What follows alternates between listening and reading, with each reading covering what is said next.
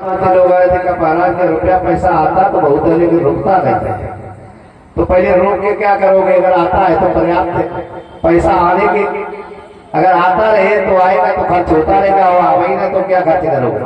लक्ष्मी को बना। लेकिन फिर भी अगर किसी के यहाँ मान लीजिएगा से धन रुकता नहीं है, फालतू में खर्च हो जाता है, ऐसा व्यक्ति जो है एक चांदी का बेलपत्र बनवाए और चांदी का बेलपत्र बनवा करके भगवान शंकर के ऊपर जो है सोमवार के दिन चढ़ाए, और सावन का सोमवार हो तो अति उत्तम होता है, और उसमें कुछ समय निर्धारित होता है। उसके आधार पर इसको चढ़ा करके ऊपर से दूध गंगा जल इत्यादि जो है चढ़ाए। चढ़ाने के बाद में जो है उस बेलपत्र को चढ़ा देंगे, घर पर ला करके अपने धन की कोठरी में तिजोरी इत्यादि में रख दें। रखने के बाद 1 साल के बाद उस बेलपत्र को किसी को जो दान करके कर देना चाहिए, और पुनः जो है साल के बाद नया बनवा करके फिर उसी प्रकार से करके रखना चाहिए। ऐसी क्रिया करने से जिसके पास में पैसा आता है बेफालतू में खर्च होता है, धन उपयोग में आने लगेगा और लक्ष्मी जो है टिकने लगेगी। कोई लंबी बीमारी से जूझ रहा है और लंबी बीमारी से जूझने के बाद बीमारी ठीक भी नहीं हो रही है, और फिर आगे नहीं कहेंगे डांट डांट में रखो, घर वाले परेशान हो बेचारे इलाज कराते कराते। जब ऐसी स्थिति आ जाए तो ऐसी स्थिति में क्या करें? 108 बेलपत्र को लेकर के चंदन के यंत्र में जो है बेलपत्रों को डुबा करके एक एक बेलपत्र, एक मंत्र है ओम हम जोम सह, इसको बोल करके जो है एक एक बेलपत्र यंत्र में लगा करके भगवान शिव पर जो है 7 सोमवार चढ़ा दे तो भोले बाबा की कृपा से, मैं नहीं करता इसकी गारंटी है, बाबा की कृपा से बीमारी सही हो जाएगा। यहाँ तक कि कहा जाता है अगर भाव श्रद्धा है, अभी ज्यादा गंभीर हालत नहीं तो कैंसर जैसा रोग भी सही हो सकता है। लेकिन हमने बताया था भावना में भावना तो भावना विकार है, भावना में भावना तो भव से मेरा पार है, विश्वास रख करके किया जाए तो। अगर किसी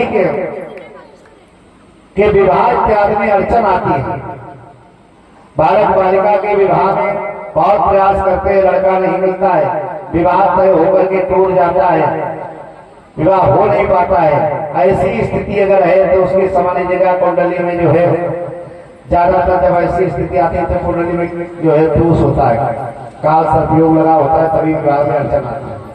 तो पहला भाव तो ये है, उसके लिए भगवान शंकर का उसके द्वारा एक अभिषेक करवाना चाहिए, और अभिषेक के बाद में जो है अपनी आयु के बराबर बेलपत्रों को लेकर के, अब जितनी उम्र हो उसके बराबर बेलपत्र लेकर के उस बेलपत्र पर चंदन से जो है राम लिखे, और चंदन से राम लिखने के बाद शिवलिंग पर नमः शिवाय बोल करके एक एक बेलपत्र चढ़ाना चाहिए, ना तो पता लगा पूरे इकट्ठे रख दो।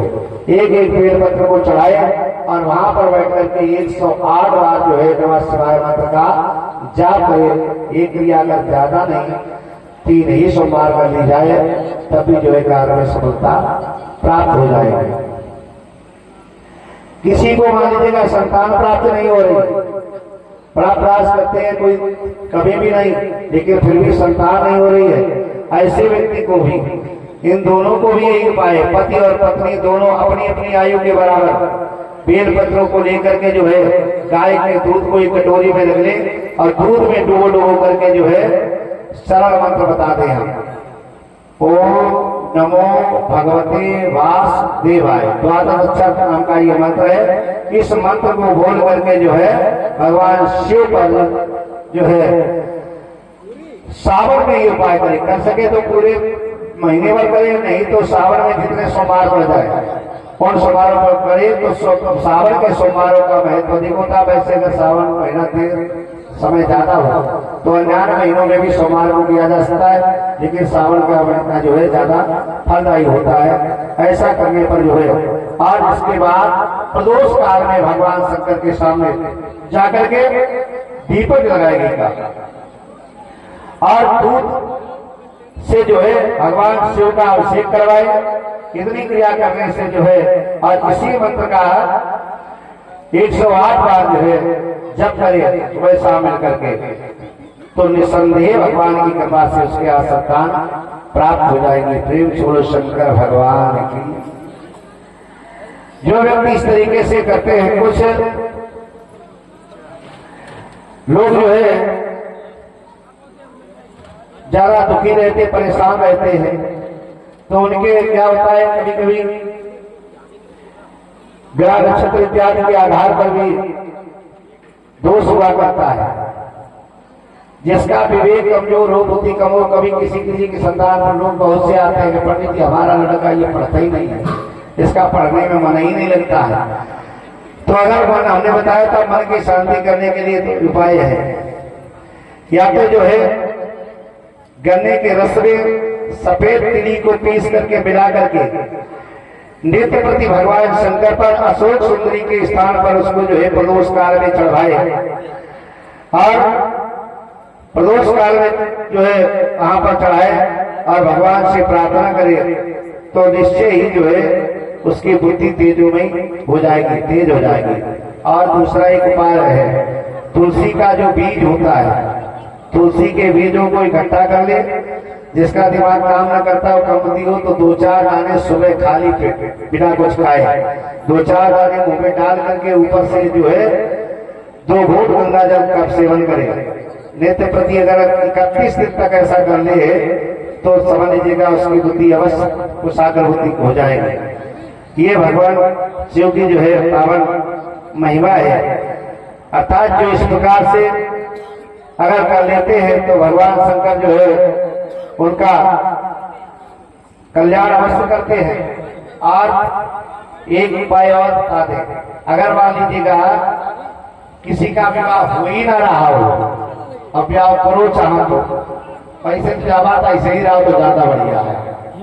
अगर मान लो फिर ही सहारा है, आगे नारद कैसे रोटी अगर इंतजाम करो चाहो, तो फिर जो है एक उपाय है, शनिवार के दिन पीपल वृक्ष के नीचे 19 जो है कड़वे तेल के दीपक जलाए, और दीपकों के सामने एक एक पान रखे, पान के ऊपर जो है लौंग, बतासा और एक एक सिक्का जो है उनके ऊपर रखे, और रखने के बाद जो है भगवान से अपनी कामना की प्रार्थना करे और पीपल की 7 परिक्रमाएं करे, 7 परिक्रमाएं करे। ये क्रिया करनी है 7 शनिवार तक। लेकिन इन उपायों में केवल एक बात और विशेष बताई है, विशेषकर ये है कि अंजा नहीं होना चाहिए। जहां से गैपिंग हो जाएगी दोबारा शुरू करोगे फिर उतना ही नहीं करना पड़ेगा। हाँ, करना जो है नियम से है। अगर मान लीजिए 2 कर दिए, तीसरा वाला छूट गया तो कहो चलो हम लोग करते चौथा वाला, तो फिर नहीं, फिर जब चौथा शुरू करोगे तो फिर एक ही से गिनती चालू होगी। करना जो है नियम से। दूसरा भाव ये, सुबह शाम जिस समय पर करना है उसी समय पर। अगर कोई सुबह नहीं, तुम्हारे पास समय नहीं है तो शाम को करेंगे, तो शाम को करो तो सारे शाम ही को करो, सुबह करो तो सारे सुबह ही करो।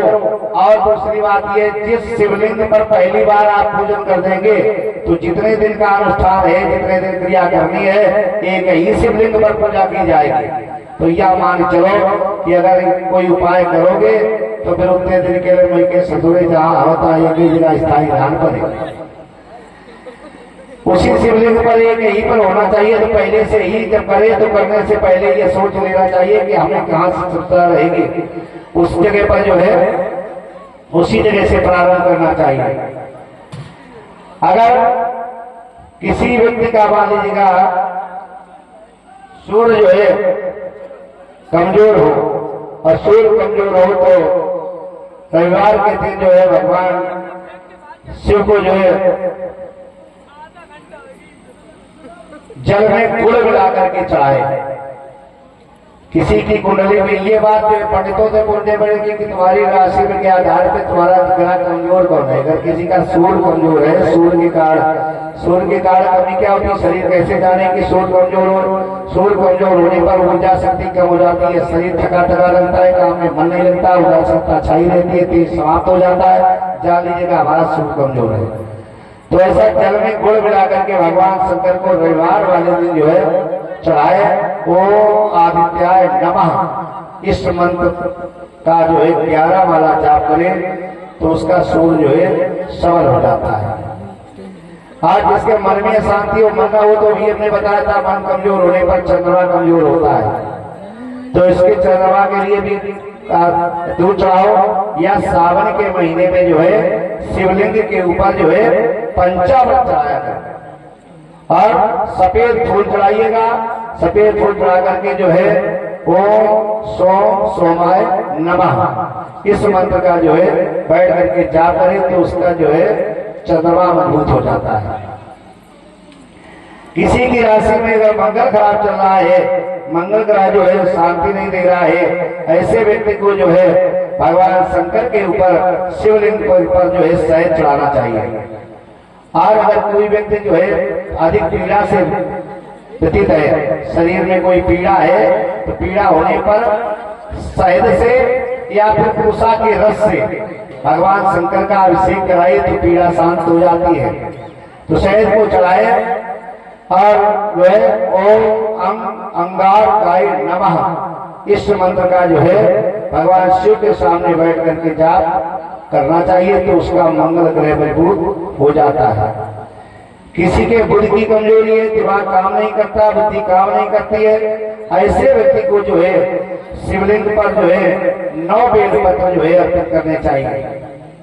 जल में, इसके जल में, गुलाब के जल में, गुलाब के जल में जो है बेलपत्र को लगा करके ओम तुम बधाई नमः कह करके भोले बाबा पर जो है इसको चढ़ाए तो उसका बुध ग्रह जो है मजबूत हो जाता है। ये जिसकी कुंडली बनी होगी तो कुंडली से मालूम पड़ जाता है कि किस बालक के किस समय जब कुंडली बनती है तो उसमें ग्रहों की एक महादशा निकाली जाती है। तो उसमें ये निकलता है किस समय से किस समय तक कौन सा ग्रह जो है इसका इसके ऊपर हावी है, तो कौन शुभ है कौन अशुभ है, ऐसा जो है जिसके मालूम होगा तो वो जो है तभी वही उपाय करे, उसी से ग्रह की शांति हो जाती है। किसी का गुरु कमजोर होगा, बृहस्पति और श्रावण के किसी भी दिन जो है शिवलिंग के ऊपर जो है जल अर्पित करें और शिवलिंग की वेदी पर जो है हल्दी लगाए। वेदी जानते जो अर्घा होता है उस पर हल्दी चढ़ाए। ओम ब्रह्म बृहस्पति नमः इस मंत्र का जो है बैठ करके भगवान शंकर के सामने जाप करे और भगवान शिव को मीठी पीली मिठाई का भोग लगाए। पीले कलर की मिठाई का भगवान को भोग लगाए तो उसका गुरु जो है मजबूत हो जाता है। अगर किसी के कुंडली में शुक्र कमजोर हो तो शिवलिंग पर जो है जाकर के जो है उसको क्या करना चाहिए, दूध और जल अर्पित करें और सफेद फूल अर्पित करने से जो है शुक्र मजबूत हो जाता है। लेकिन केतकी का फूल नहीं चढ़ाया जाता है, वो भी सफेद ही होता है। इसका फूल जो नहीं चढ़ाया जाता उसने हमने बताया था भगवान शिव ने इसको जो है श्राप दिया था। ओम शम शुक्राय नमः इस मंत्र का बैठ करके जो है सूर्य सामने घेरा वाला तक जाप करें। शरीर मजबूत करने के लिए भगवान शंकर पर जो है गन्ने का रस चढ़ाना चाहिए। जिसका शरीर खराब हो, शरीर की 7.5 चल रही हो, ढैया चल रही हो, ऐसे व्यक्ति को भगवान शंकर के पर जो है गन्ने का रस चढ़ाना चाहिए। और ओम सत्सनिश्चाय नमः इस मंत्र का 11 माला रूप जाप करें। एक घी का दीपक जो है प्रदोष काल में भगवान शंकर के सामने एक मुखी दीपक जलाएंगे का तो उसका शरीर जो है ग्रह मजबूत हो जाता है। राहु और केतु के लिए भी यही है, सावन के महीने में शिवलिंग पर जल की धारा अर्पित करे और भांग धतूरा चढ़ाए तो राहु के जैसे ये ग्रह जो है राहु के लिए छाया ग्रह बोले जाते हैं, पाप ग्रह होते हैं। तो इन ग्रहों से जो है उसकी शांति हो जाती है। इस प्रकार से शिवपुराण के आधार पर कुछ विशेष बातें जो है शिवपुराण में दी जाती है जिनको करने से व्यक्ति अपने संकट स्वयं ही दूर कर सकता है। और जब खुद ना कर सको तो सबसे बढ़िया है कलयुग में कष्टों के निवारण के लिए देखिएगा साल में तमाम रुपए पैदा करते हो, सब कुछ करते हैं और बहुत बड़ा खर्च हो जाता है। तो ज्यादा न किया करो, थोड़ा थोड़ा बचा कर रखो। वो साल के भीतर एक बार भगवान शिव का अभिषेक अपने घर में जरूर करवा देना चाहिए, जिससे परिवार में कुशलता मंगल बना रहता है, रोग बीमारी कार मृत्यु त्याग से कल्याण होता रहता है। इस प्रकार से भगवान शिव की पावन कथाओं को आप लोगों ने श्रवण किया। समय के आधार पर जितना रहा उतना समय जो है